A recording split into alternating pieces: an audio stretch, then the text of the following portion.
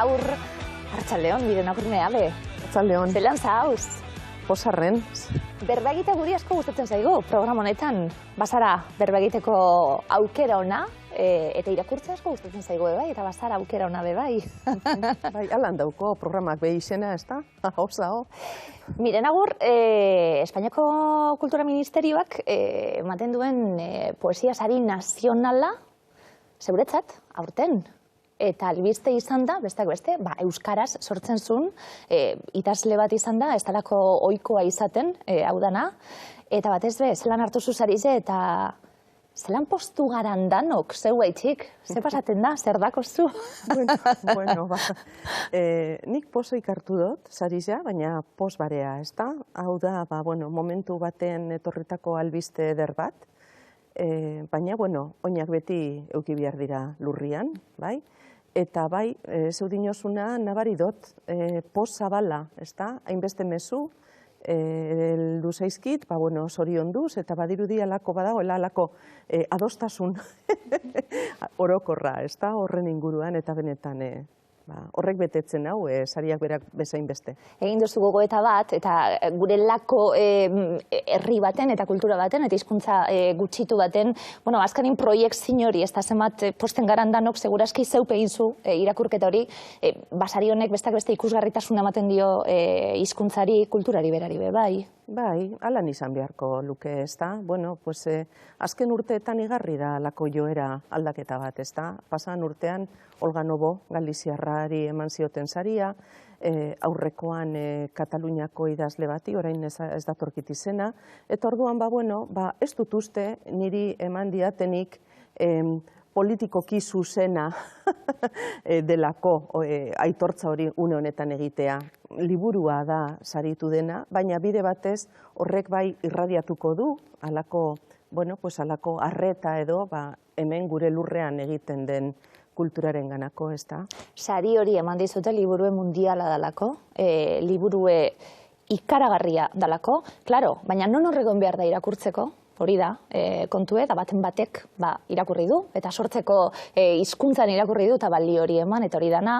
Esan zen idan aurrekuen udan egon ginelako berbetan itxasoaren atea, horrentzat gaztientzat ataratako liburua aitzakiatzat hartuta, eta ibili zinen zeu, apurtxu bet itzulpen lanatan, autoitzulpen hoietan, honek danak azkartu du, segurazki ez da? Bai, maiatzaren azkenetan jakineraz zidaten, hautagaietako bat zela, beste lan batzuekin batera, eta orduan komeni zela epaimaikoek itzulpena hainbat eta lehenago izatea ebaluatzeko. Orduan pare bat hilabetean edo lan horretan murgilduta ibili nintzen, ze gauza bada jatorrizko hizkuntzan sortu, jatorrizko hizkuntzan duzun tradizioa eskailera baten moduan erabili alako oihartzunak eta sareak eta sortzeko, baina gero hori guzti hori be hizkuntza horretara isuri. Orduan, egia esan, lan itzela, iruditu zitzaidan, neketsua, ernegatu ere, eragin zidana, ze uda osoan ondartzarik ere, ia ez nuen zapaldu. Eta gero, emaitza hau ekarri du, ez da, eta orduan, pozik nago. Orain gaztelaniazko argitaralpenari begira, egin diogu beste irakurketa pausatuago bat, editoreak ere lagundu dit, eta orduan, hor hasieran, hain finduta edo, baina oharkabean geratutako hainbat alderdi, nik uste dut distiratsuago daudela, gaztelaniazko irakurleei begira. Liburuak hainbat oinoar eroango ditu. Batetik nire tokiak sarritan aipatzen dira nire liburuetan.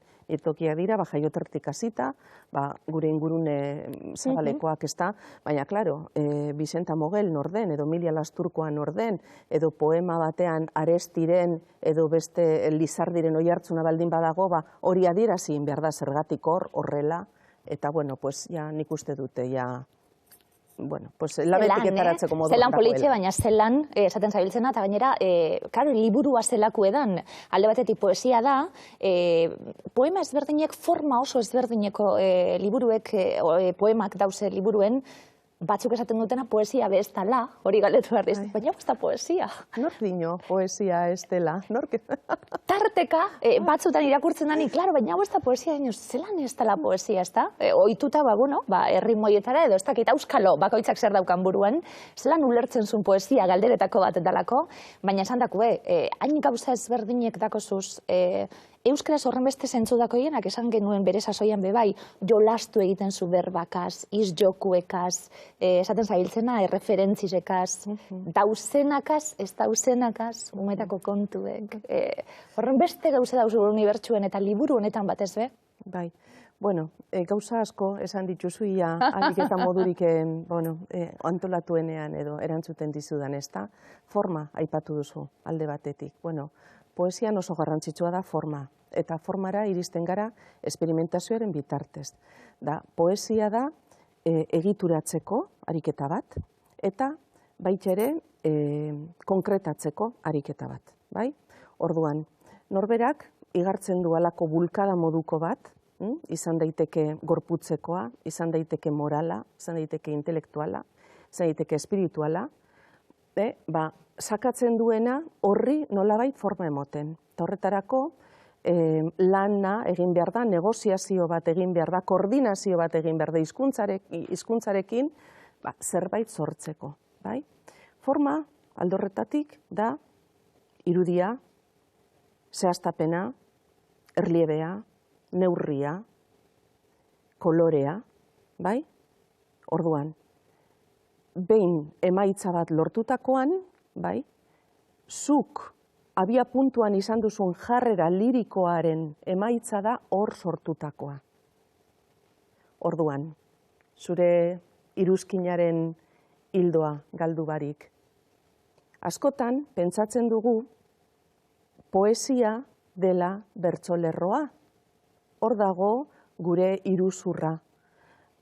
Poesiaren antonimoa ez da, poesiaren sinonimoa ez da bertsolerroa, eta poesiaren antonimoa prosa da. Baina, badago poesia mota bat prosan idatzi daitekena, eta badago prosa bat poesiaren baliabideekin idaz daitekena. Orduan, naiz eta batzuetan prosaren itxura izan, testu horretan gailentzen dena jarrera lirikoa bada, eta iruditeria bada, eta hizkuntzaren gozamen estetikoa bada, nork esan lezake hori poesia ez dela. Poesia edozer izan daiteke. Eta batez ere, generoekiko daukagun ikuspuntu zurruna, hau da epika, hau da lirika, hau da dramatika, hori gaur egun pizkat atzeratuta edo geratzen da. Eta ez dauka zentzurik espada erabilera pedagogikoan lehen mailetan. Eta autore bakotxan biografian, zezberdinak dian zure poesia liburuak bebai, euren artian. Eta, nik gomendatu diet lagunei, hurbiltzen danin bat emat, miren agurrena, orain sariarekin danak, miren agurren liburue, eta, klaro, batzuk ohitura handia dute irakurtzen, beste batzuk ez, eta orduan esaten diet. Hasi, igual, kronologiko, hasi beste gauza batzutatik, zure poesian eta zure ibilbidean badauzelako ideia batzuk, eta batez trilogia antzeko honetan, kristalesko begi bat, novela bat zana, ezurren erretura narrazioak dienak, eta poesia honekin amaitzen dana, badauz elementu batzuk evoluzionatzen duzenak, eta irakurle moduen gozada bat, zurekin batera bide hori egitea be, bai? Bai, eta niretzat idazle modura be, hori gozamen handia eta eskertzeko gauzia da, irakurleak izatea, hor ibilbidean lagun ez da, eta ikustea edo antzematea bilakaera hori. Egia da, bakoitzak geure bizipenak eramaten ditugula, bizipen horiek dira bultzatzen gaituztenak, hau edo beste jorratzera, baina intertextualitatea egon arren hainbat libururen artean, hau da, loturak egon arren gaiaren aldetik, sortzailearen erronka da, gai horiei, eduki horiei, adierazkera desberdinak topatzea. Eta horretan alegindu naiz ni, bai, narrazio luzeago baten, kristalesko begi bat demagun, bai narrazio laburragoetan, eta bai poemen bidez, baina, klaro, konturatzen bagara, ni hibridotasun zalean az. Orduan, kristalesko begi baten, naiz eta novela labur modukoa izan, bazegoen gutun bat, bazeuden oharrak, bazeuden poema, azalpien zientifikoak. Ezurren erreturan, hau da, bigarren urratzean, naiz eta gaiak eta loturak hor berdintxoak izan, hor ere, baziren ipuinak, baten batek ere esan dezake, honek ez dira ipuinak, bueno, eta zer? Honek ez dira poemak, eta zer? Pentsa dezakegu, baina zer da benetan poema? Nire ustez esan dudan moduan jarrerak ere badauka zerikusia, eta liburu horretan ere bazeuden poemak, eta orduan poema liburu honetan ere badaude prosasko testuak, bai? Orduan, hori, gustatzen zain niri mugen dilatazio hori. Gustatzen zaizu, gainera lanbidez idazlea izan da, eta eukidugulako zure obra ezberdinei buruz hitz egiteko aukera, abuztalako sari bakarra oso idazle saritua zara, Euskal Literatur Saria Hirubider esate baterako, aurrentzat, gaztientzat, helduentzat, pisu gehiagorekin, gitxiagorekin, ibiltzen zara, idaztea arte bat da, askotan esaten zune, eta gainera basabiltzorretan eta idazlie goitik bera, miren aur. Bueno, batzuk liburuek kaleratzen dau bie, beste batzuk idazlietik. Ja, bueno, eskerrik asko. Neure bidea egin dut, beti ere une horretan al nuen onena emanda. Eta orain urte batzuk, erabaki nuenean, nire aurreko lanbidea ustea, nire kemena eta nire indarra eta nire denpora idazkuntzari emateko, arrisku bat hartu nuen, jakin gabe zer etorriko zitzaidan aurretik, ez da? Orduan, koherentea izaten saiatu naiz nire erabakiarekin, eta unean idazten ari nintzen horri, neure topea ematen. Egia esan, aurre eta gazte literaturan onarpen ederra izan dut, eta horrek izugarri betetzen nau. Ez dago gauza ederragorik Lekitxoko kaleetan joan eta miren aurmea be umeako landeika azten zaizkidala entzutea baino, lako gauzak ez da, baina beste edozein tokitan be bai, edo eskoletara joaten izenean. Eta gero idatzi dudanean poesia, idatzi dudanean narrazioa, horri ibili naiz ni, nire ezagunek badakite, ez da, eta semea gandik hasita, ez da. Badakite ordu asko eta asko idazmaiari emanda eta askotan beste gauza batzuk alde batera utzita. Baina gainera niri idazteak balio izan dit, baitare, nire memoria berreskuratzeko, nire nortasuna sendotzeko, balio izan dit doluak, hainbat dolu elaboratzeko, eta orduan jardun horretan, zintzoa bazara zeure buruarekin, nik uste dut irakurleak igarri egiten duela. Inoizkotan horreri buruz hitz egin dugulako bizok, eta batzutan esaten dizudalako, ze bilustarik eta dagoen hemen. Ez dakigune ze puntutara arte dan idazlie eta fikzinue bat edo ez, baina batzutan erain gordinien gauze batzuk erakutsita, emoten duelako, ze bilustarik eta horrek ematen duen guztiarekin, zure aldetik, eta esantzen idan baten, ustu, da barruen ibile, eta horrek dakarren dana, baina beste aldetik, jasotzen duguna hain benetako da laguntzen duela, bai. Segurazki, bauri, esaten gabiltzena, identifikatzen zan nien zehozegaz, betetzen zaitxunien, mina dau liburu honetan esate baterako, esaten zabiltzen ausentzia batzuk, dolu batzuk, Euskal Herria dau, zeure umetako lekitxo dau beti, zeure txeko handrak dauz, existitzen dienak eta ez dienak existitzen, idazliek dana dau. Bai, nire literaturaren premisetako bat nitasuna da, ez da? Batzuek gorroto dute hori, edo, ez dute aintzat hartzen material literario oinarrizko gisa. Baina niri nitasunaren eremu horrek laguntzen dit nire individualtasunaren bitartez kolektibitate baten gana edo iristen. Osa, badirudi ni hori zubi bat dela beste batzuekin katarsi moduko bat sentitzeko edo komunikazio bat sortzeko, ezta? Orduan, sukaldaria banintz eta nire espezialitatea balitz reposteria edo gozogintza, igual horixe da, hori landu beharko nuke, ezta? Orduan, hori bada nire alde sendoena edo zergatikuko egin saltsak egiteko. Orduan, batetik uste dut nitasunaren esparru hori dela nire oinarri bat, eta horregatik balio izaten didala zubi horiek eratzeko, eta beste alde batetik memoriarena. Eta, klaro,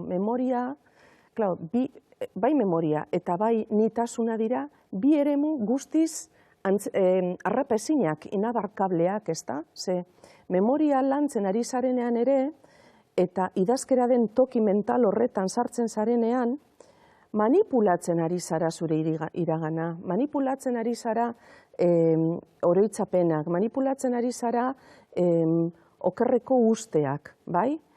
Eta aldi berean sortu egiten duzu, zure subjetibitatea delako hor lanean ari dena, sortzen ari zara zeure buruaren irudi bat, berriro manipulatu egingo duzuna interes literario baten arabera, oza, dena ez da zintzotasuna, baina oinarrian dagoen joera edo asmoa bai da Jolasa hori da gainera, eta gainera jolasa zeukitzen sordu zeukera bakitzezu, arauak zeitu dien. Gainera idazlea ez zaio une oro egiari atxiki behar. Bestela, bestela kasetaritza izango txan, edo beste genero bat hori da. Azkanien liburuek ematen digutena beste gauza bat dalako. Esan duguzuna, kokatuta eta oso kokagarria da zure literatura bebai. Beste bi galdera baten, gaur gatz dau azterketie.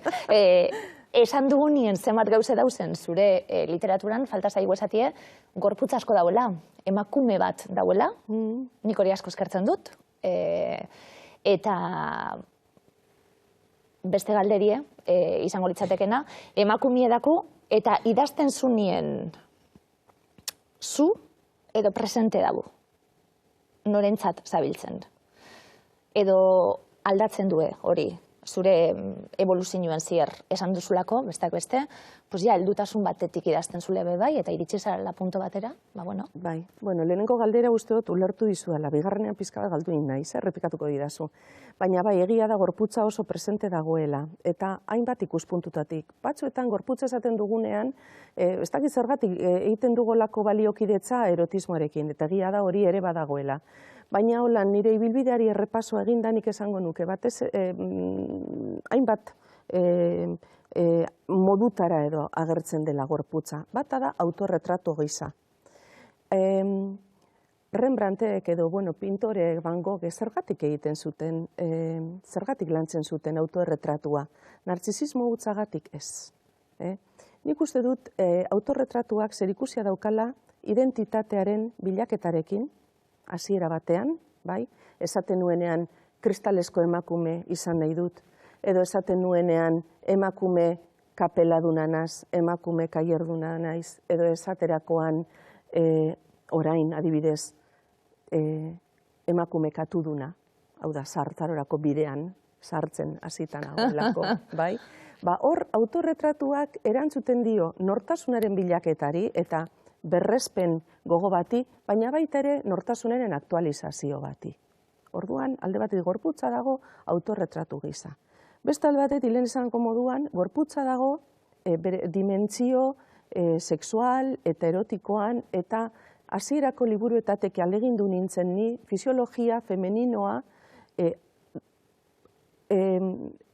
estalki barik edo agertzen, ez da, klitori edo vagina edo hasia edo bestelako hitz horiek, orain dala 25 urte, hain gogorre egiten zirenak, nik apustu bat egin nuen horiek agertzeko momentu hartan halakoak ematea bazelako transgresio egitea eta emakume hori historian zehar ezarri diguten isiltasuna edo gure desioaren esplizitazioa mugatut eduki dugun, hori apurtzeko modu bat. Orduan, badago autorretratua, badago emakume subjektu bat izataren kontzientzia, badago baita ere nire ustez kode alternatiboak bilatzeko alegina gorputzaren bitartez, gorputza ezagutza tresna bat da, ez da bakarrik kontsumo gizarteak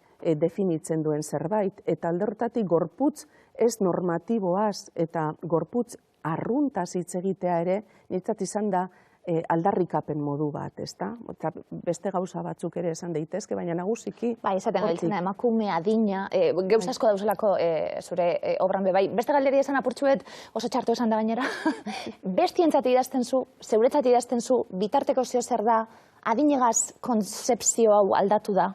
Bueno, niri askok, niri iruditu zitzaidan, asko kostatu zitzaidala literaturaren plazari iristea. Eta 17 urte edo eta 18rekin atara zen azalaren kodea, eta hori izan zen, mugarri bat nire ibilbidean, ze idatzi beti danik, idatzi, baina orduan, egia esan da, liburu hartako poemak, lehenago idazten hasitakoak eta neure buruarentzat idatzi nituen, eneukalako itxaropenik argitaratzeko.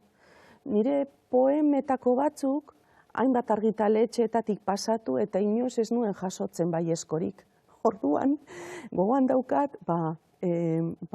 gerora oso ezagunak egin diren testu batzuk, asko ustetan azalaren kodea, bitxaskoetan bebai asko, ia itxaropenik gabe, neure buruarekin komunikatzeko idatzi nituen, eta gero sorte izan nuen, lehenengo sariketa bat, eta gero Basus argitaletxeak baiezkoa eman zidatelako, baina orduan neure buruarentzat idazten nuen, batez ere, 20 urte igaro dira, eta orain nahita ez beti etortzen zait zu hartzaile bat. Baina zu hartzaile hori polivalentea da. Batzuetan izan daiteke nire lagun bat, beste batzuetan igual, zu zeu, izan daiteke literatur kritikari bat, izan daiteke nire sentimentu edo emozio jakinen bat sortu didan pertsona bat. Orduan, bai egia da esan, nibirrina barragoa da zu hori. Beti dago zua. Zer erradan zuri deitzie, miren agur dasatosun bako txin zugaz berba itxie, diskomaniari buruz berba egingo dugu, irudi oso politxetak uzelako, erakusketa ikusgai Bilbon, ezinbesteko pertsonaiak eta bazauz bertan. Bai. Orain dela hilabete batzu Jose Madri Santurtun argazkilariak deitu zidan, eta, eskaera bitxia iruditu zitzaidan, ze, musika eta argazki gintza lotu nahi zituen berak. Torren zen nik zer egiten dut galeria honetan, baina, gustatzen zaizkit holan gauza berriak, eta ara joan nintzen nire gaztaroko disko kutunetako batekin, eta alaxe atera zidan argazkia. Argazki ederra izan dela. Partxe horrekin, azkanien zeuzara eta kontatzen zu gainera, partxe horren atzien dauen danabe bai, baina zein dar hartu duen azkanien zure irudizepe bai, segurazki ez bilatuta? Ez baten behitu, Vivian Leigh, Lo que el viento se llevó. Lo que el viento se llevoko aktoresak, claro, kristalezko begi bat idazteko, ibili nintzen hor pizkat informatzen ez da, eta behin antza denez, erleren batek edo pikatadia egin ziolako erabili zuen partxea. Eta orduan, claro, ni azken aldi honetan nabil partxea, ipini partxea kendu, eta igual jentea pentsatuko do, haren moduko hori koketerietan edo nabilela, baina ez da hori arazo gero eta larriagoak izan ditut begiarekin, 13 urterekin galdu nuen, 20rekin kendu egin zidaten, baina, claro, adina joan ala, muskuluak eta, hor, hasieran ustez ondo egindako ebakuntzak, gerora ekarri dizkidate ondorio txarrak eta 2 urtetan 4 aldiz egin behar izan didate bakuntza horregatik, ez erabiltzearren puntuak Frankensteinen moduan biztan, horregatik erabili izan ditut partxa, baina egia esan da, Madrid Santurtunen argazki horretan esan duen, Jesus, naizena baino interesgarriago atera. Bueno, ematen du alduntze puntu hori, azkanin partxa bategaz zabiltzen nolako azalpenak eman behar dituzulako bebai, eta, bueno, azkanin onartuzu, badagoelako onarpenetik asko zure obran bebai, lehen esan duguna, ez da? Emakume, adina aurrera, bakotxaren ahuldade indargunekin bebai, horregaitzik esaten du, zemat identifikatu algaran bebai liburu bategaz eta eskaintzen zunegaz. Miren aur zorizonak, ospatu eta lagunekaz eta onelako gauza ederrak tarteka zorkuntzak ematen duen presio horretatik urten da, basabiltzelako bebai, baina kontatu zen da, basabiltzela gauzekaz. Bai, nik aukera hau aprobetsatu nahiko nuke, hain zuzen ere, inguruan izan dudan jentea, baina modu desberdin askotara, baina inguruan eta urteetan zehar izan dudan jente horren laguntza eskertzeko, ez da. Sarian euretza da, baina harentza guztientza da, eta euskaldun guztiontza da, baina nire semea, goizeko izarretan idazmaiari josita ikusi izan nagoan, edo lagunek, inoiz, etorri zaiteztak izertara ez noa hau egin behar dut, eta orduan alako jentea, eta batzuetan boligrafo arrunta oparitzen dizuna, edo ez dakizen nazioarteko itzalditan ezagutzen duzun itzultzaileak, eta pista bat ematen dizun ez dakiz zer esateko modu honetara edo bestetara, nik benetan eskerrona agertu nahiko nieke, denei enintzatekelako egongo nagoen tokian, haien laguntza handiago edo txikiagoa barik. Hori argi eta garbi daukat. Eta oso ondo esan duzu, gure ahulguneak bihur daitezke indargune. Baina horretarako pentsamentua jarri behar dugu norabide zuzenean, bai, eta geure burua maitatzen ikasi. Askotan, geure burua ikusten dugulako begi arrotzekin. Eta horri izaten dugu laprastadarik handiena. Miren agur beha, eskerrik asko, ze lujo zaran guretzat. Ez ba. Baietz ba. Eskerrik asko, eskerrik asko. Orokorrien, programarako, orokorrien Euskal Herrireko.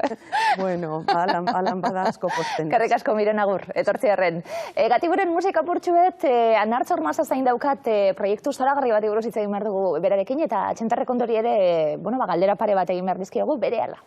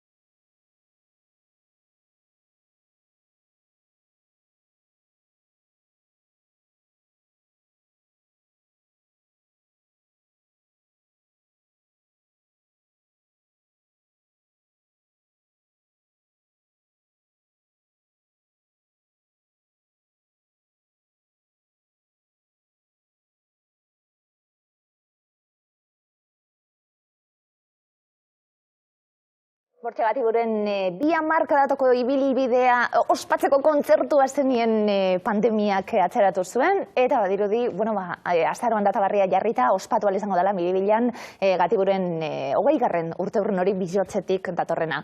Anartz Ormaza, arratsaldeon. Arrastion. Ze proiektu ederra, daukasun eskuartien. Egi esan bai. Zeri buruz hitz egingo dugu, aurrerapen txiki bat. Hau da, spoilerra, danak etxien geratzeko hor zain. Bueno, hitz egingo dugu Bilboko Begoña auzoan dagoen hilerriari buruz. Eta hilerri horretan egiten gabizen lanei buruz.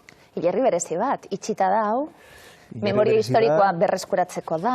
Hilerri bat, daroana, 2016-tik itxita, 2013-tik ja ez da inor bertan lurperatzen, da Bilboko hilerri zaharrena, edo zaharrenetakoa, baina izango nuke zaharrena dela, eta gaur egunera arte mantendu dana.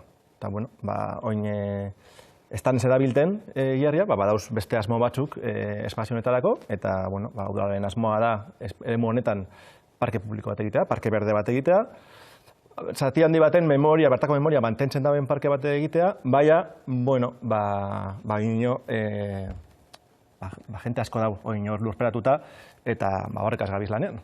Ze interesgarria. Nartzekin berehala, aurretik Txente Rekonderi Arratsaldeon esango dio dalako aspaldiko parte ez, Txente Arratsaldeon, Aieteko Arratsaldeon. Arratsaldeon. Txente, Aieteko konferentziari buruz galetu nahiko nizuke, egunotan entzuten gabiltzelako, 10. urteurrena, etari amaiera eman eta 10 urtera, bakegintza jardunaldiak izan dire egunotan bertan, ibili dira, protagonista izan zirenak oinamarkada bat bebai Euskal Herrian bueltan, analizia egin eta kokatze aldera, esango dugu, 10 urte ez da askorik, baina behar zuen Euskal Herriak bebai, bake prozesu baten eszenaratze hori. Bai, hola da, azken finean edoze gatazka politikoa konpontzeko momentuan olako eszenatokiak eta olako argazkiak beharrezkoak dira. Argi dago, edozein 11 prozesua aztertzen badegu, 11etan topatuko dugu olako errealitateak eta olako kinuak. Jendea nazioartetik etorrita, etxekoak, bitartekaritza, aholkularitza nortzuk etorri ziren, eta azte garrantzia dauka honek guztiak nazioartekotzeak. Bai, esan duguna, edozein eskuliburu hartzen baduzu gatazka konpontzeko momentuan nazioarteko partaidetza oso importantea da. Zuk aipatu duzun bezala, batzutan bitartekaritza lana egiten dute, beste batzutan aholkularitza, ikusten dugu estatu edo gobernuko izandako pertsonaiak, Euskal Herrian ikusi izan ditugun bezala, instituzioak, kanpoko gobernuko instituzioen partaideak ere oso importanteak direla, eta azken finean hori dagako bat, konpontzeko gatazka politikoa, nazioartearen papera klabea izaten dela, ondo aztertzen bada, askotan desorekatzen du baita ere bi parteren arteko oreka edo sasi oreka, eta baldintzatzen ditu etorkizuneko akordioak. Palestinan ikusi izan dugun, estatu batuetako paperan adibidez, edo ikusten ditugu egun hauetan Sahararen inguruan. Berez, nazioarteko papera falta botatzen denean, desorekak ere sortzen direla. Eta beste adibide bat, Katalunian gertatzen. Katalunia, hori da. Tradizioz izan garalako Euskaldunok esaten zabiltzena Saharari begiratzen egondakoak gara Palestinari, Irlandari, Hego Afrikako ordezkariak izan ziren, eta orain Katalunia esaten zabiltzena, honen adibide sekulakoa izango litzatekeena. Bai, hori da, hemen nik uste dut urrutitik ikusita, Kataluniaren afera akatz bat izan zen, bere momentua, mugimendu soberanistaren apostuarekin batera, bagian nazioarte mailan estopatzea, hainbeste konplizidade edo hainbeste bitartekaritza, Eta gero etorri ziren emaitzak begi bistan dira. Horregatik, dinot, edozein gatazkan olako parte hartze, sentido batean edo bestean, gabe izaten da. Oso kritiko batzuk, Txente, honekin oso aldeko batzuk eta beharrezko jotzen zutenak. 10 urte eta gero, oso denbora tarte txikia da, baina tarte luzea izan daiteke bai, eguneroko martxa horretan. Ze konklusio, ze ondorio atara dezakegu argiak eta ilunak? Bai, argian aldetik argi dago, giroa eta gizartea aldatu da, aldatzen ari dela, belaunaldi berrien inguruan ere, nik esango nuke gauzak zeharo aldatu dira, eta horregatik lotzen da itzalekin, eta itzalaren aldetik argi dago, bai estatu frantziarraren aldetik edo estatu espainolaren aldetik, haien jarrerak nahiko ezeskorrak edo nahiko kontrakoak izan dira eta izaten ari dira. Nik kinu batzuk botatzen ditut faltan, Eta baita ere, esan beharra dago, politiko mailan ere, oraindik ere, urrats asko emateko badaude, badibidez, herriari hitza eman, eta horretarako, bai referendum edo bai kontsultaren bitartez gauzak egiteko posible izango zen. Eta bukatzeko nola ez, violentzia alde batetik, bai desagertu da, baino beti esaten da, benetazko arazoa konpontzeko erroetara jun behar dela. Eta hemendiko oraindik ere, bai biktima guztierekiko, presoekiko, badaudela urrats asko emateko eta ez dira eman. Berez, aipatutako 10 urte guretzat agian gutxi da, baino pentsa belaunaldi berrientzat zenbat urte, zenbat arte izaten da. Bueno, giltzetako bat eta gakoetako bat hori izango delako, gatazka gogor bat eta gero min asko egon daiteke eta alde ezberdinetan, eta esan dakue, bide horri bat ere markatu zan hasiera moduen zeo zer jarri behar dalako, honek geuzek, behar dutelako bere denpora bebai, aurrera begira, zetarako izango da baliogarria, honelako gauza bat?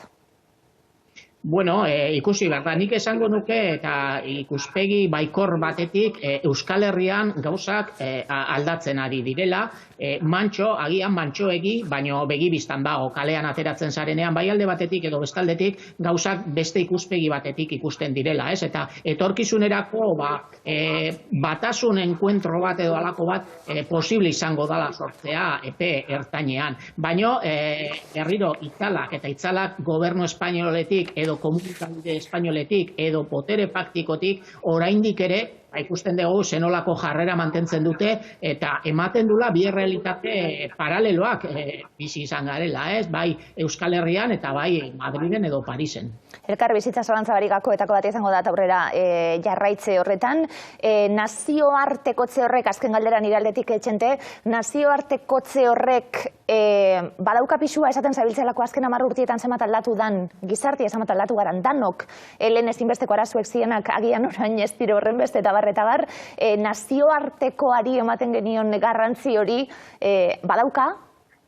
Jarraitzen du izaten? Bai, badu eta izango du edozein gatazkaren aurrean. Eta ez da bakarrik eszenatoki batean argazki bat ateratzea, ikusten dela eta hori ere klabe izaten da, sukaldeko lan asko egiten dela, askotan politikariarekin lotuta egoten diren ekimen bitartez, baina beste batzutan ere akademia edo unibertsitatearen bitartez egiten direla olako sukaldeko lana eta hori ere garrantzitu izugarria du etorkizunerako edozein gatazka politikoa konpontzeko. Txenterrekondo, etorri laster, platora? Eskerrik asko eta ondo izan. Eskerrik asko, Txente, mutxo handi bat. Hortxe, aieteko konferentziatik 10 urte, eta esan dakoa, gako batzuk edo behintzet jartze, testu inguru jartze hori beharrezkoa dute gauza guztiek, eta batez de, oinarri izan dadila aurrera begira, elkarbizitza horretarako. Anartz Ormaza, arratsaldeon. Bai. Begoñako argiari buruz hitz egingo dugu. Begoñako argiari buruz, hori da. Ze kanposantu zarra dan? Bai, Bilbon egin zan, Bilbon ez, Begoñan egin zan lehen da biziko eta egin zan kanposantu etako bat. Pentsau, 17. mende bukarar arte, eta 1813 arte konkretuki, hildakoak, gure senitartekoak, lurperatzen gendu esan, Eliza barruetan. Ordan Bilbon lurperatzen ziren Santiagoko katedralan eta San Antoniko elizan, eta Begoñan jakina, Begoñako basilikan. Hor, 18. mende bukaeratik badauz hainbat dekretu eta derrigortasun dala osasun arazoak emoten zituelako hainbeste jente egotea lurperatuta Eliza baten barruan, non ganera jentea batu egiten zan domekatan, edo mesatara, edo egunero, mesatara. Hori, hor dauz higiene arazoak, osasun arazoak, eta momentu batetik aurrera esaten da, listo. Hemendik aurrera, derrigorra da... Momentu baten zenbaki arazu be bai. Gero eta gehiago, non sartu? Saturazioa hori da. Momentu batetik aurrera dau, derrigortasun bat, 1813 aurrera, lurperaketak egiteko Elizetetik kanpora. Orduan orduko Bilbon habilitatzen da, egokituten da espazio bat San Francisco konbentua zegoen lekuan, eta Begoñan gaur egun hilarria dagoen lekuan. Eta hortik aurrera, teorian, hortik aurrera, jente hasi izan lurperatzen kanposatuetan. Zerbak hemen oso tradizionalak garala zentzu askotan, eta nahiz eta derrigortasun hori egon, jendak resistentzia handiako egiten zeuzen, eta oino egiten zen egunez lurperatu personak kanposatuetan, baina gero gauez abadaren konpliziadeagaz barriro leiza barrura eta sartu, eta holako gauzak badauzde registroetan, Begoñako kasuan adibidez. Euskaldune, buru gogorrak? Bai, buru gogorrak tradizio ez datorra udana? Guk pentsatu ezkero hau, bai, kanposanture bai, eta legez jarrikuet, baina gero atara eta elizera eraman. Esan dugu, 19. mende hasieran gauz, galdetu nahi dizudalako, klaro, momentu honetan itxita dau, esan didazu, kanposantu hau, orduen, nortzuk dauz bertan, bestak beste, badabolako proiektu bat, hortik, gorpuzkin batzut dauz, 1813 esatestazu, Claro, hor, gerra karlista bat ator, gerra zibil bat ator, denporie pasatzen da, ez da gerra zibilarekin lotutako proiektu bat, inondik inora bez, egon arren, gerra zibilarekin lotutako gorpu batzuk tratamentu berezia jasoko dutena. Hori da. Hemen egingo dugune da, lehen dutxutena, ez? Hau parke bat bihurtuko da, eta orduan gu gauz horren aurreko fasean, ez? Hau da, lehenengo inbardana da, eremu hori prestatu parke izateko, eta jakine hor dauzen gorpuzkidanak eta estarnadanak hortik atara, ez? Asko eta asko, lehen esan duzuten moduen, hierria hitz egiten danean, emoten jake zenidateko guztieri, aukera han dekiesan gorpuzek egita, ataratzeko eta eroateko gure horien lekura. Baina, hainbat eta hainbat oso iobi zaharrak dire, eta gehienak, batez bere, panteoetan dauzenak, bi modutako lurperaketa dauz, panteoetan eta lurreko iobietan, ez? Panteoetan dauzenak gehienak atera ziren ja, familiak eta reklamatuta, baina lurreko iobiak azken lurperaketa izan zen 1953an, asko eta asko ez ziren reklamatu. Eta asko dire. Orduan, Aranzadi Zientzialkarteak egiten da biena da, beste goza batzuen artean, eta kontestu askoz bere zabalago batean, baina, ekimen importanteana da, ordan den gorpuzkidanak atara, modu zientifiko baten, jendeari formazioa emoten, badauz hainbat ikasle eta ikasleak ez direnak, antropologoak, arkeologak bertan lanean, eta, gorpuzki horiek atara, alik eta modu, errespetagarrienean eta modu dignoenean. Hori galdetuko dizudalako gero zer gertatuko da, baina historiaren amaiera erantzi izango da. Bestak beste, hilerri batera guez, kanposanto batera guez, eta esaten gabiltze horretaukan, hor berreskuratzi eta hor lanien ibiltzi ekarriko du, memoria historikoaren berreskurapen bat zalantzabarik, eta gure memoriaren eta historiaren berreskurapen bat zalantzabarik, baina artearen elementuak, esaten zabiltz, panteoiek, ze ikusgarriak dizen, hilobiak hain zarrak izan da, artistikoki, arkitektonikoki sekulako balioa dauka honek? Sekulako balioa dauka, zuk esan duzuna, zentsu askotan, baina artistikoa eta arkitektonikoa, bai. Claro, da hierri bat martxan dauena, 19. mende hasieratik eta gaur egunen arte, 21.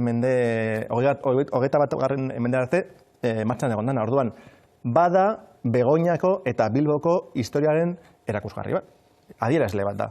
Eta orduan, ortopetan dugu, nik beti izaten dut berdine, zen nik oso saleanaz hierriak eta kapasatuak ikustera joatekoa, jaten zenan bidaketan talan, ez? Eta beti izaten dut, hierri bat dela, islada bat hiriarena, ez? Dalako eskala txikiko hiri bat. Eta orduan hemen ikusten duguz, hierriko kale printzipaletan, panteoiak eta mausoleoak, eskulturak, garai hartako familia, aberats, boteretsu edo esanguratsuenak, ez? Eta badauz hainbat adibide, 19. mende bukaerako edo 20. mende hasierako arkitekto eta artista esanguratsuenen obrak, ez? Higinio Bastiarrarenak, Quintín de la Torre eskultorearenak, Emilio Aman arkitektoarenak, egia esan, arribitziak badauz.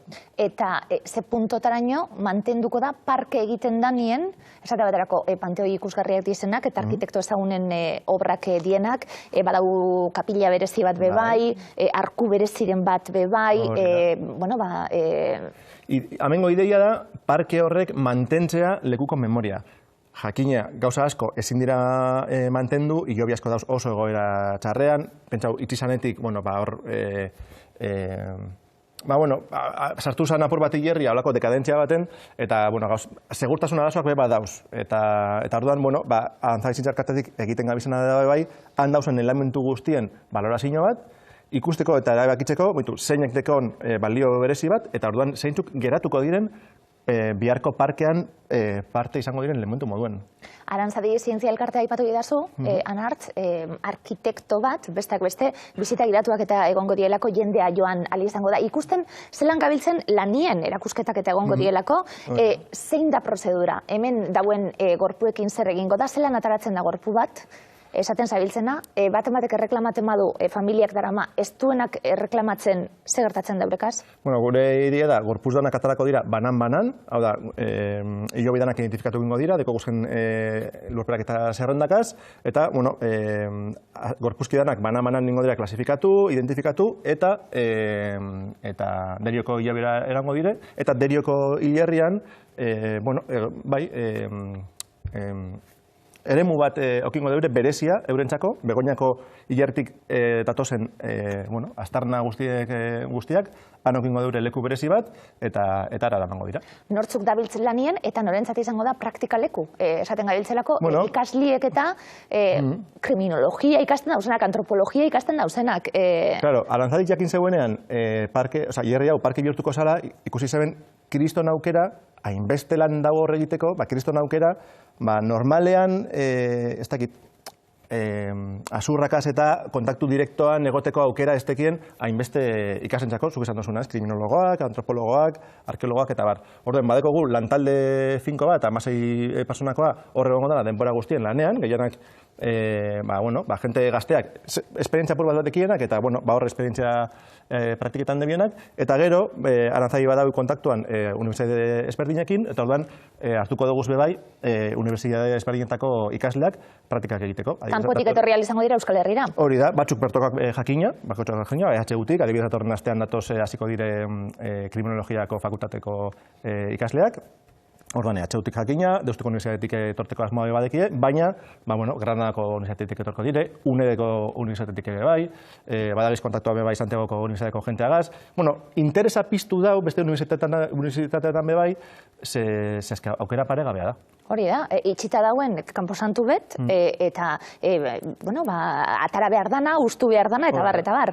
2003 urtien, azken hilobiratzea panteoi baten, berroikoa markadan azken hilobiratzie lurrien. Hori da. Zemat gorpu dauz? Hori da, galdera, erantzun zuzena ez tegon galdera, ez? Badakigu, 20. mendean zehar, 8.000 personatik gora lurperatu zirela bertan. Claro, batzuk zen dira lurperatu, eta beste 8 jaten dire ataraten, ez? Eta osan urte batzuk, eta jaten dire ataraten.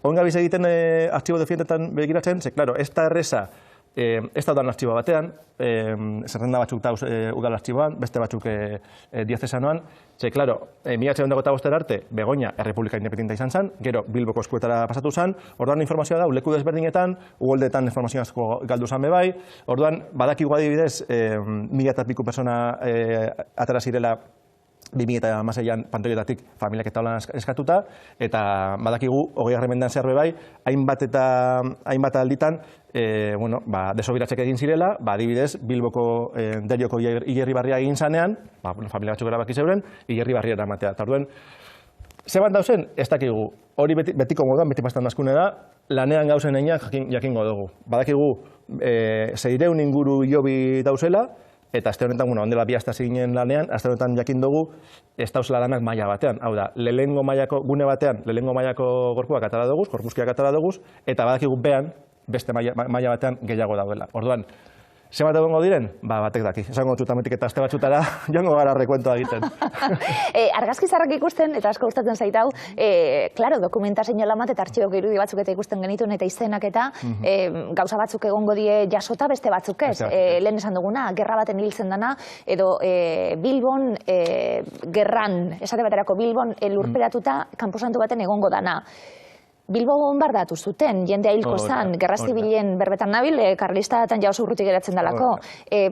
Fusilatu batzuk, segurazki, batzuk ez ezagunak izango die, horrek egingo da alegin berezi bat, ezta? Hori da, deko guzen gorpuzkien euneko 80 dire, lurperak eta esango dugu arruntak, ez? Gente normala, hilten den eta bera familiak entraten dauenak. Baina badeko guz 41 pertsona, hor, gerra inguruan hildakoak, zerrendatan agatzen direnak, orduan ikusi behar dugu gero hori errealitateagaz bat datorren, baina zu dinozuna. Badauz, badikoguz identifikatuta batzuk, bombardaketetan hil zirenak, eta 17ko ekaina eta maiatzako bombardaketetan hil zirenak, badikoguz frenten zirenak bebai, alde batekoak eta bestetekoak, badikoguz agertzen da reketeren bat hil zana hori guztiekin, eta gero beste batzuk agertzen direnak, igual artxiban egiten zena motozen frente, baina inongo menaldi barik, hainbateko guz horlakoak bebai, eta bai, badiko guz, fusil hauek bebai, fusil hauek, behintzet badakigu, kasu berezi batzuk badiko guzela hor,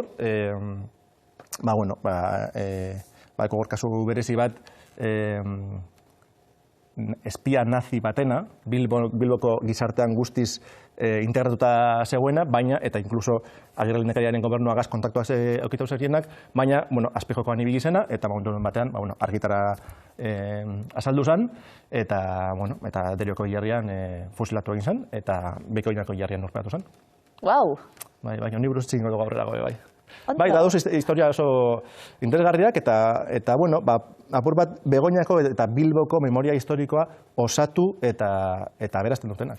Jendea joan nahi badugu, esaten gabiltzalako hau da, espezialistentzat eta zientzialarientzat lana, eta zeuentzat profesionalentzat lana da, praktikak egiteko aukera egongo da, laguntza, edozein laguntza ondo etorria izango delako 8.000 gorpu, atera beharra dien, pentsa. Ez dirizengo hainbeste, 8.000 berrogei behasko da, bestelako tratamentu eta bestelako respetu bat merezi duelako honek danak. Onartz, kanpotik baguzen, nik badaukat joateko gogu, erakusketa bat dau, panel batzuk dauz, zer ikusi izango dugu baguzen? Proiektuaren zati handi bet eta importantea da, honen gizarteratzea eta honen divulgazioa. Hor egiten gabizen lana, aldatik lan transparente bat izan behar da, bilbotarrek jakin behar dure zer egiten gabizen eta zelan egiten gabizen. Azkenean, bilbotarrakaz, begoñaztarrakaz lanean gabiz, ez? Orduan, alde batetik montatu dugu hor Hierriko kanpokalean erakusketa bat, justo asko eskertu dut justo gor miren agurre egotea, ze bere liburuko poesia bat jarri gendun planetako batean, lehen komentatu zuen moduen ez, gauzenon eta ez dauzenen izenean be idazten dabelako berak, eta kasualidadea gure erakusketan hartu gendun bere azken liburuko poema bate bai. Eta alde batetik, erakusketa hori beti dago ikusgai, gu aldanean egon gara mitartean ikusgai egongo da, eta horra sartzen da, proiektua zertan datxan, datugu historiko batzuk, panelen bat, Euskaldunak eta heriotzaren inguruan, eta bar. Eta gero, euritan ikusten zabizien dorre horretan, proiektuak deko izena Begoñako argia, eta erakusketan dagoen dorretxo horretan, bada guretzako olako kandela bat, eta orduan, pasaran eguaztenean, lehengo gorpuzkia atera gendunean, dorre horretan, kandela horretan, argia piztu egin zen, eta hemendik eta hilabete batxutara, azkenengo gorpuzkia ateratzen dugunean, kandela hori amata egingo da. Oso gauza... Simbolismo hori eta respetu hori esaten gabitzen. Bestalde batetik, gabiz hitzaldi batzuk antolatzen, Birabarri eta Kulturgunean ematen ari garenak, adibidez ondela 2 aste etorri ziren Arantzadiko antropologo batzuk Sevillako San Fernando, eta ikusten gabiz Jesus Roman, Sevillako San Fernandoko hilerrian dagoen, gaur egunean dagoen fosa komun ireki haundiena denan hor dauzen lanean, adibidez aste honetan, pasaran astean markatu gokin gendun Lourdes Errasti errepresioan ikuspegi generari buruz hitz egiten, eta gabiz proiektua beste elementu osagai batzuekaz aberazten bebai, eta aste honetan bertan, hasiko doguz, bizitagi datuak, igiriak izango direnak, jentearentzako.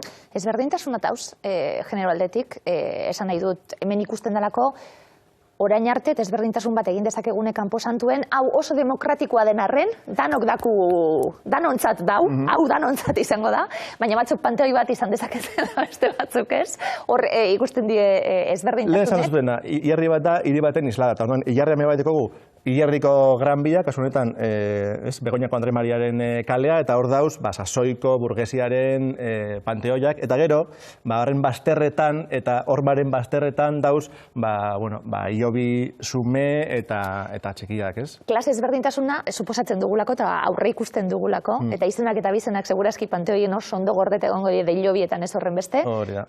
Emakume izan da ezberdintasunek dauz be bai? Kasu honetan, izan da lurperaketa arruntak, ez dugu ikusten ezberdintasunik. Oso daigarria da adibidez, zenbat eta zenbat ume dauzen lurperaketa. Oin bai, erakusle bai, 20. mendea hasierako gerra sasoian eta gerra sasoi aurreko Bilbo hartan, osasun arazoak zirela eta, kolera, gripea, oin justo gabiz umean eremua eta industen, eta hainbat ume dauz. Adibidez, aurkitu dugu hilerri osoan euskeraz dauen hilarri bakarra. 1954koa, gogor badakizu, Franco garaian derrigortu zazala hilarri danak euskaratzen eta simbolo masoniko danak kentzen eta horrek gauzek, eta baina badekogu persona bat, Toma, izenekoa, bere familiak erabaki zegoen hilarria saldatzea, eta ez dakigu zelan, baina mantendu zen Begoñako hilarrian dauen euskarazko hilarri bakarra apurtuta dau, baina mantentzen da. Auzoaren memoria historikoa berreskuratzea, esan dugu, helburuetako bat, antropologo, zientzialari, ikerlari, artista, tailerrak eta bebai, arte ederretako fakultateko ikaslientzat bebai, eta balio artistikotik arkitekto baten lana, hemen zein da bebai, Anartz. Ezin dugu inolako proiektu bat, eta ez, zelan zango dut, esprimidu maksimora, ez? Orduen, gauz kontaktuen EHUko arte ederretako fakultateagaz, eta, etorriko dire ikasle batzuk, holako interbentzio artistiko bat egitera, ez? Lehenengo etorko dire, bizitetan ikusten ze lan egiten gabizen, eta hortik ze sortuko dan, eurek bakarri daki momentuz. Baina, modu artistikoan erantzuko jako bai proiektuari.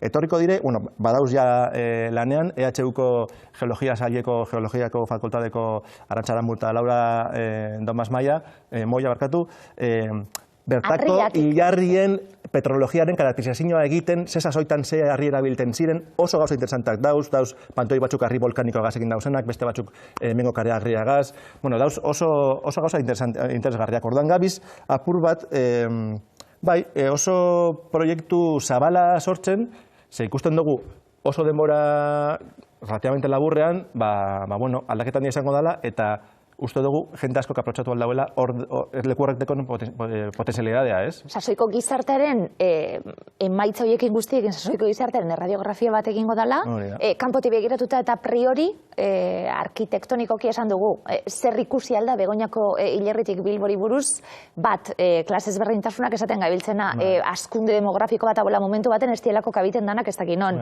Ze ondorio nagusi aldatara?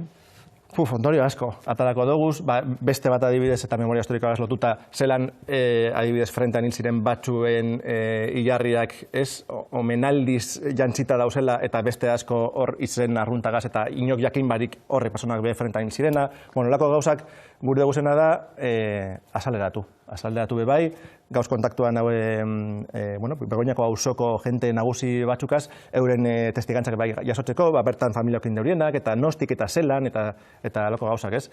Ondorioak atara dire asko, baina nik uste dut importanteana dela, proiektu honegaz egin duguna da, apur bat auzoaren eta Bilboko memoria historikoa berreskuratu. Joan nahi badugu? Joan bagure badozue, lehenengo biztagiatu esango da oingo barikuan, urriaren 22an, esango dira astero biztagiatuak, neuke egingo dodaz gainera, bariku atxaldetan, egun batzuk bariku atxaldez eta beste egun batzuk astelen goizetan, eta aukera gongo da astero, talde pare bat jasotzeko, eta han egiten gabizen lana erakusteko. Pozik zauz? Oso pozik nau, oso ardura handia da, proiektu honen koordinazioa erabatea, baina itxel polita da. Zure denporadana eramango donek edo hartuko zu tartetxu bete oso hori tartzeko de bai? Tartetxu. Irudi batzuk ikus, hau laburmetra, Anartze ekarri dugu ikusteko in situ leku ezein dan, zer ikusiko laburmetrai bat, gero zombi eguna be bai? Ikusite udalak esan zegoenan, itxi egingo dala, bere ala piztu zan interes bat, aprobetxatuko dugu itxi baino lehen gauzak egiteko, ez? Orduan, Pedro Oleak grabatu zeuen zombi eguna dokumental bat ikusten gabiz Bilboko pertsonaia esanguratsuak zombi bihurtuta, Pichichi eta Don Diego López de Haro, eta honek oso interesgarria da, ben ikusten dugu, La Ochoa Don Diego López de Haro personaia egiten, eta eman ditu, bai, hori, escenario cinematografiko moduan, eman dauz aukerak, bai, Ilierria, gero, Nita Danger gure lagunak, Las Feliniko partadia izan zanak, parratu zen bai olako labur bat hemen ikusten gabiz irudiak, bai, azken lorak. Titi Globukaz. Exactamente, eta bai monta zaben olaka historia bat, zehor alboan dau Bilintz kalea, eta nesta Bilintz egon Polloeko hilerrian Donosti, parak monta zaben olako historia bat, berazala sasoiko Bilintz horren eskalaguna, eta doala berari azken lora batzuk iztera, eta, badauz, labur bat eremu zientifiko eta memoria historikotik aparte, eta horregatik bai garriko gure izan dugu bai aztertako fakultatak, badauz horren inguruan bai beste modu batzutako interbentzioak oso interesgarriak. Ze xarma duten leku hauek, ze ideia una leku honetan parke bat egitea, gero beste hiri batzutan zuzenien parkietan, hilobiak dauzelako, eta ikusten ditugulako onelako berreskuratutako lekuek, eta egia esan historiaz beteta dauz, eta bake berezi bat, hilerriak be bai. Bai, eta badeko, hilerriak badeki olako, ez dakit, bai, olako aura desberdin bat, bakea moten dauna, eta bitu, okingo dugu aukera parke honetan. Bizirik gauzen artien gozatzeko moduko proposan. Anartza Ormaz, eskerrik asko, zederra beti, zurekin egotie. Eskerrik asko txeko guztiei, zeuen guztoko izan mazalakoen, bihar gatoz, agur.